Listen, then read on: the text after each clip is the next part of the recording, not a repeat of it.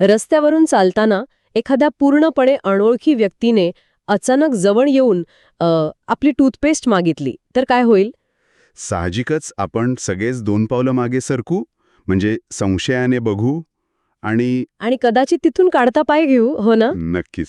पण पण हीच घटना जेव्हा एका धावत्या रेल्वेच्या डब्यात घडते, तेव्हा ती अजिबात काय म्हणतो आपण, अजीब किंवा विचित्र वाटत नाही.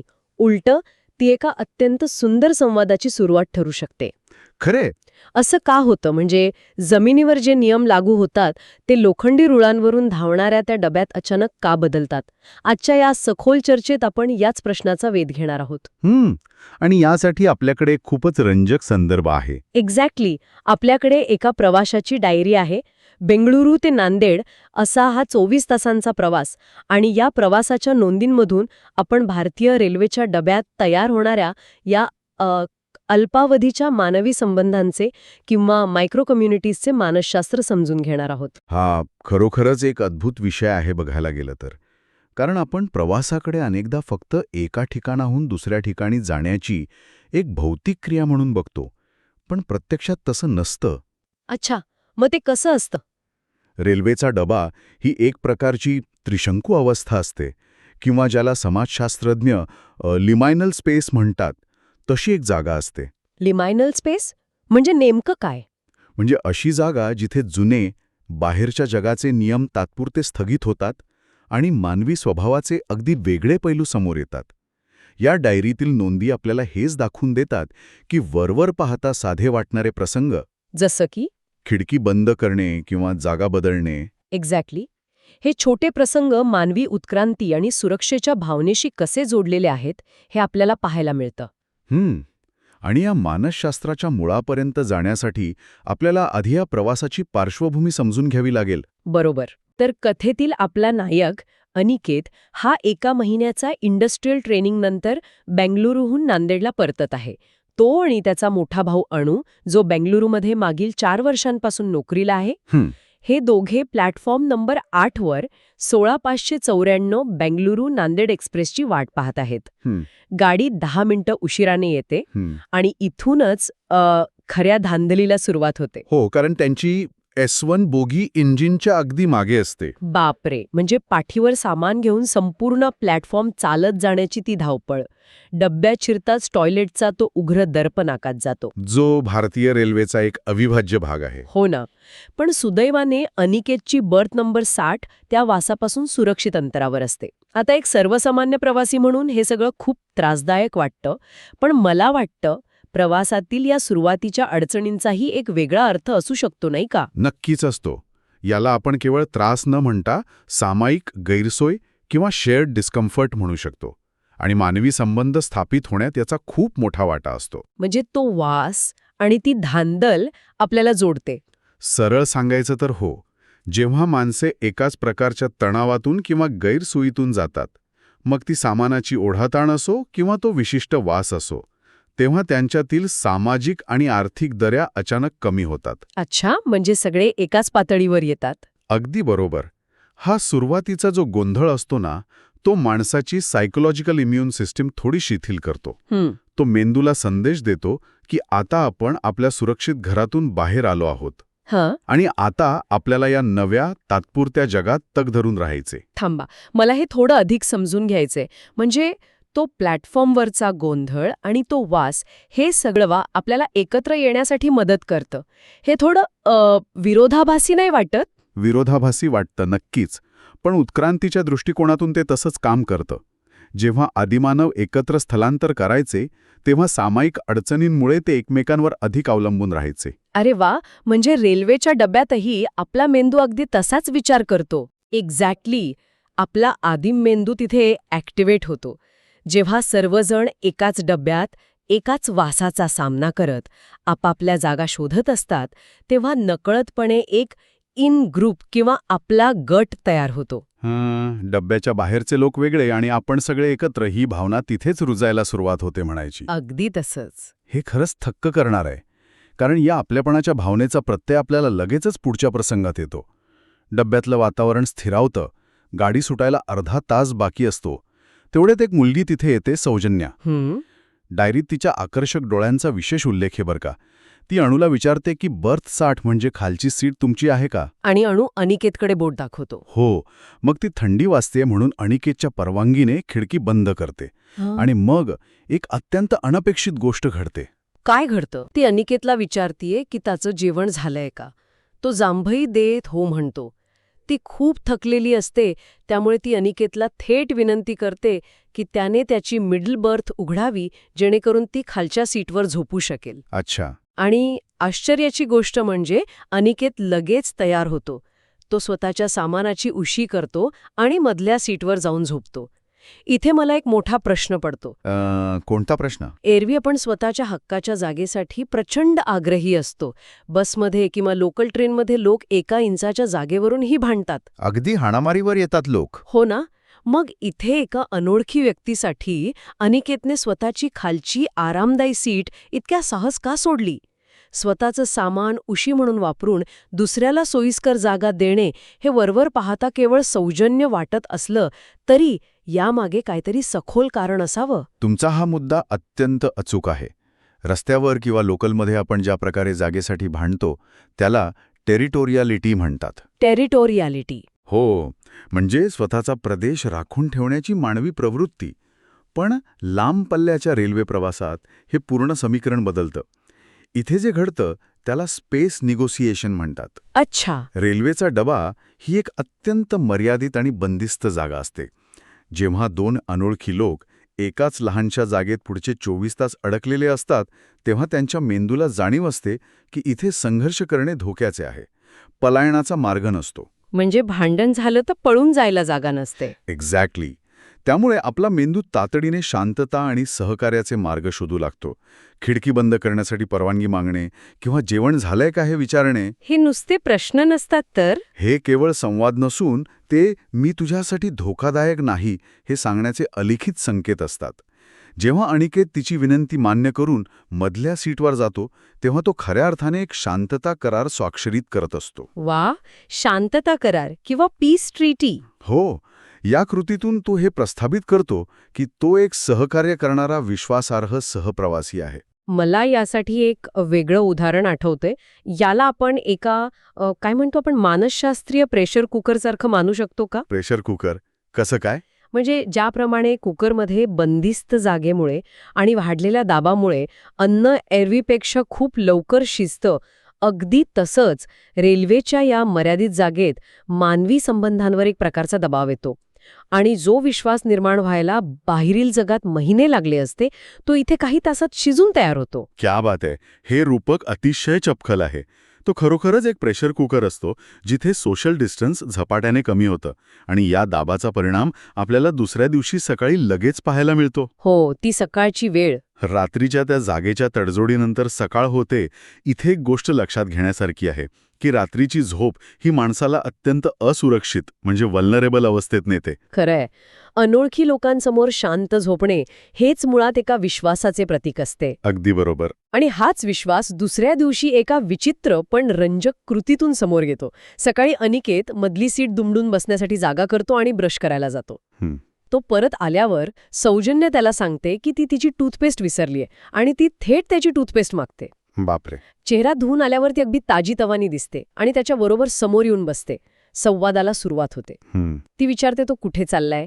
तो सांगतो नांदेड, जे शेवटचं स्टेशन आहे. प्रवासाचा 24 तासांचा कालावधी ऐकून तिच्या भुवया विंचावतात. मग तो विचारतो ती कुठे चाललीये तर ती उत्साहाने सांगते सेलमला, दुपारी 1 वाजता पोहोचेल. अच्छा. आता टूथपेस्टच्या मुद्द्यावर मला पुन्हा यायचं आहे. मगाशी आपण म्हटल्याप्रमाणे कुणाचीही वापरलेली टूथपेस्ट मागणे ही अत्यंत खाजगी गोष्ट आहे. ही अदृश्य भिंत इतक्या सहज कशी कोसळते? इथेच आपण सुरुवातीला उल्लेख केलेल्या लिमायनल स्पेसचा सिद्धांत पुन्हा लागू होतो. रेल्वेच्या डब्यात समाजव्यवस्थेचे रोजचे नियम जे आपण पाळतो ते तात्पुरते रद्द होतात. बाहेरील जगात टूथपेस्ट शेअर करणे अस्वच्छ किंवा अति खाजगी वाटू शकतं. पण या डब्यात ती एका सर्व्हायव्हल टूलमध्ये म्हणजे तग धरून राहण्याच्या साधनात बदलते. अरे वा, सर्व्हायव्हल टूल. हो ना. जेव्हा ती टूथपेस्ट मागते तेव्हा ती नकळतपणे हेच सांगत असते की आपण आता एकाच गटाचे भाग आहोत. व्यावहारिक पातळीवरून वैयक्तिक पातळीवर जाण्याचा हा मोठा टप्पा असतो. पण यात मला आणखी एक गोष्ट प्रकर्षाने जाणवते. त्यांच्यात जो भौगोलिक आणि वेळेचा संवाद होतो ना, 24 तास विरुद्ध 1 वाजेपर्यंतचा वेळ, तो खूप महत्वाचा वाटतो. कसा काय? अनिकेतचा प्रवास 24 तासांचा आहे, तर सौजन्याचा प्रवास अवघ्या काही तासांत, म्हणजे 1 वाजता संपणार आहे. या वेळेच्या फरकामुळे त्यांच्या संवादावर काही परिणाम होतो का? निश्चितच होतो.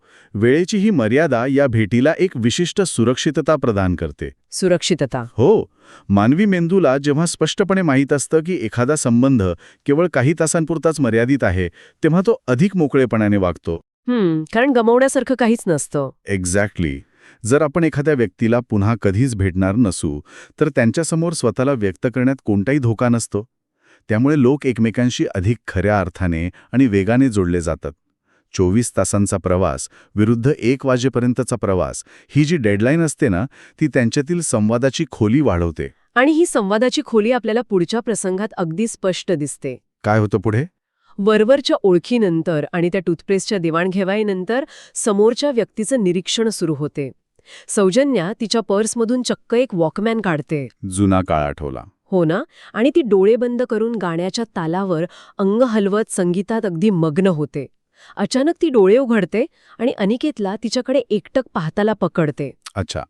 ती थोडी लाजते आणि त्याला एक अतिशय आकर्षक स्माईल देते. यानंतर खऱ्या ओळखीला सुरुवात होते. तो स्वतःचं नाव अगदी स्पेलिंग करून सांगतो, ANIKET. ती तिचं नाव सौजन्या सांगते. अनिकेत तिचा डोळ्यांचे थेट कौतुक करतो. तो सांगतो की तो इलेक्ट्रॉनिक्स इंजिनिअरिंगचा 3ऱ्या वर्षाचा विद्यार्थी आहे. तर सौजन्या सांगते की ती कॉमर्सच्या 1ल्या वर्षात शिकतेय आणि बेंगलुरूला तिच्या मोठ्या बहिणीला भेटायला आली होती. या संपूर्ण प्रसंगात ना, शब्दांविना झालेला संवाद सर्वात जास्त बोलका आहे.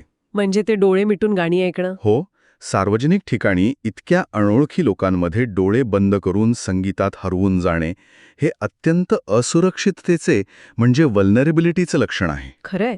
डोळे बंद करणे म्हणजे आजूबाजूच्या जगावरील नियंत्रण सोडून देणे. तिने अनिकेतच्या उपस्थितीत तसे करणे हा त्याच्यावर टाकलेला एक मोठा विश्वास होता. पण जेव्हा ती डोळे उघडते आणि त्यांच्या नजरा मिळतात, तो क्षण डायरीत एखाद्या मुलाखतीसारखा वाटतो, असं अनिकेतने लिहून ठेवलंय. मला असं वाटतं की ट्रेनमधले हे संवाद अनेकदा स्पीड डेटिंग किंवा एखाद्या वेगवान मुलाखतीसारखेच असतात. कारण दोघांच्याही अंतर्मनाला माहीत असतं की स्टेशन आला की वेळ संपणार आहे. त्यामुळे शक्य तितक्या लवकर एकमेकांबद्दल जाणून घेण्याची ती धडपड असते. अगदी बरोबर. आणि जेव्हा ते एकमेकांना स्वतःची नावे आणि शिक्षण म्हणजे इंजिनिअरिंग आणि कॉमर्स सांगतात, तेव्हा ते त्या त्रिशंकू अवस्थेतून थोड्या वेळासाठी वास्तवात परत येतात. आणि ते नावाचं स्पेलिंग करून सांगणं, त्यामागे काय लॉजिक असेल? नावाचे स्पेलिंग करून सांगणे यामागे एक सुप्त मानसशास्त्र आहे. जेव्हा आपण एखाद्याला आपले नाव स्पष्टपणे सांगतो, तेव्हा आपली अशी इच्छा असते की समोरच्याने आपल्याला अचूकपणे लक्षात ठेवाले. अरे वा, म्हणजे ही तात्पुरती भेट असली तरी आठवण कायम राहावी. हो, ही मानवी धडपड त्यातून दिसून येते. इंजिनिअरिंग आणि कॉमर्स यांसारख्या पार्श्वभूमी शेअर केल्याने ते एकमेकांना एका चौकटीत बसवतात आणि ती ओळख अधिक वास्तववादी बनवतात. वास्तवावर प्रकाश टाकतो. ट्रेनमधील अशा भेटींचं एक ठळक वैशिष्ट्य म्हणजे त्यांचा शेवट ठरलेला असतो. त्यात कोणताही अनपेक्षित बदल होत नाही. होय, तो शेवट अटळ असतो, इनहेबिटेबल. संवादाच्या ओघात अनिकेत तिला म्हणतो, असं दिसतंय की तुला संगीताची खूप आवड आहे. ती हसून उत्तर देते, हो, तू पाहिलंस ना. आणि दोघंही मनमोकळेपणाने हसतात. तो हसण्याचा आणि संवादाचा क्षण अगदी रंगात आलेला असतानाच अचानक तिचं स्टेशन म्हणजे सेलम येतं. सगळं काही तिथेच थांबतं. बापरे. ती तिचं सामान घेते, आपल्या आईला हाक मारते, लेट्स गो मॉम. ती अनिकेतकडे पाहून म्हणते, बाय अनिकेत. तोही हसून म्हणतो, पुन्हा भेटण्याची आशा आहे.